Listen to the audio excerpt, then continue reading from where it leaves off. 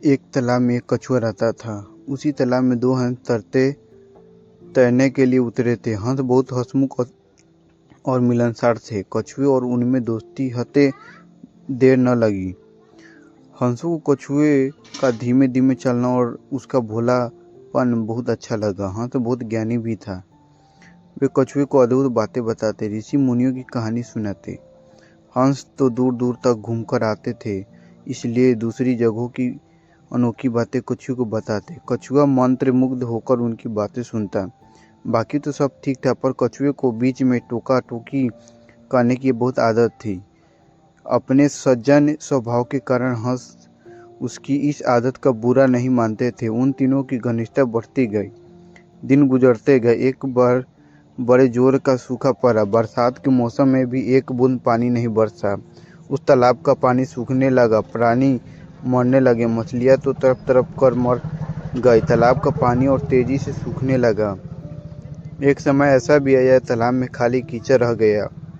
कछुआ बड़े संकट में पड़ गया। जीवन मरण का प्रश्न खड़ा हो गया। वही पड़ा रहता तो कछुए का अंत निश्चित था।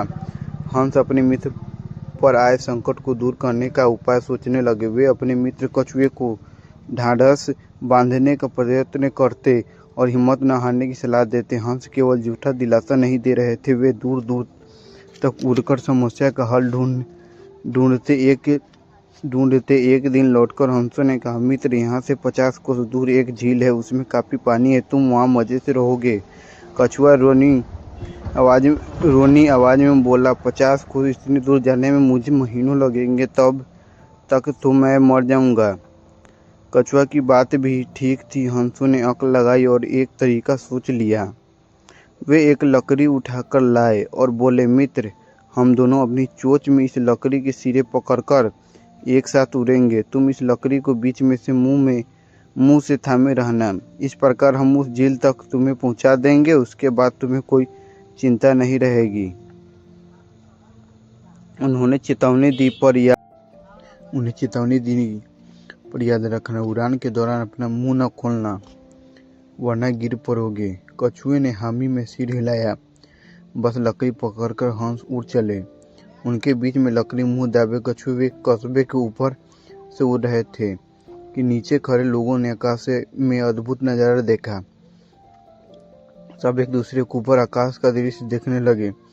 लोग दौड़ दौड़कर अपने जच्चों को निकल आए। कुछ अपने मकानों की छतों की ओर दौड़े। बच्चे, बूढ़े, औरतों व जवान सब ऊपर देखने लगे। खूब शोर मचा। कछुए की